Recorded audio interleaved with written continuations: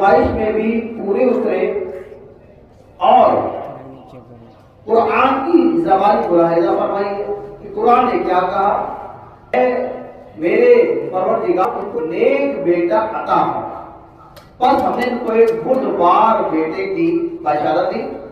پھر جب وہ اسماعیل ان کے ساتھ دوڑنے کی عمر کو پہنچے، فرمایا اے میرے بیٹے میں خواب میں دیکھتا ہوں کہ میں تم کو ذبح کر رہا ہوں، بس تم بھی غور کر لو کہ تمہارا کیا خیال ہے۔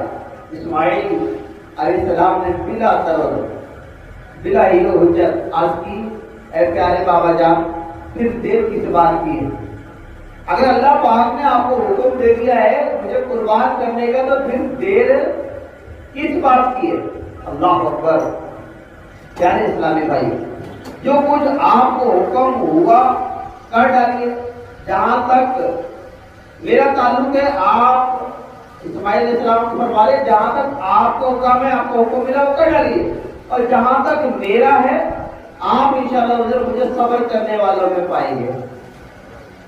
پھر جب دونوں نے اللہ کا حکم مان لیا اور ابراہیم نے ان کے ماتھے کے بل لٹا دیا اور ہم نے ان کو ندا دی، اے ابراہیم کیا خواب تم نے اپنا خواب سچا کر دکھایا؟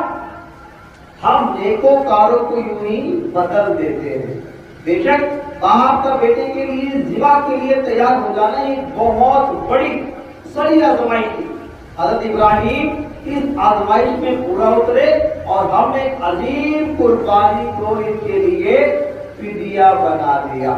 پیارے اسلامی بھائیوں، تسلیم و رضا کے